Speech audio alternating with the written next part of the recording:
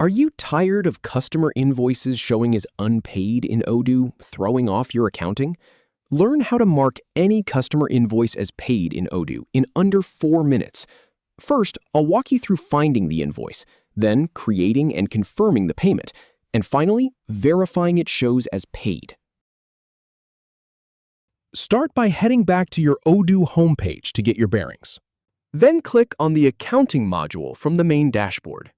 In the Accounting view, go up to the top bar and click Customers.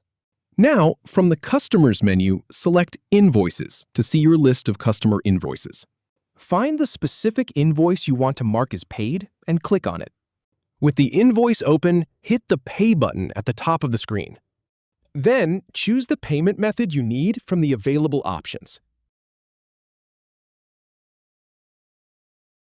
Finally, click Create Payment to record the payment.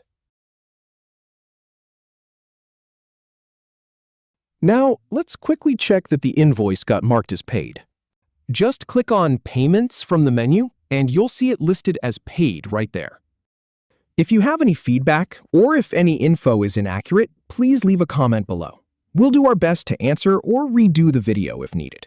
Thanks for watching.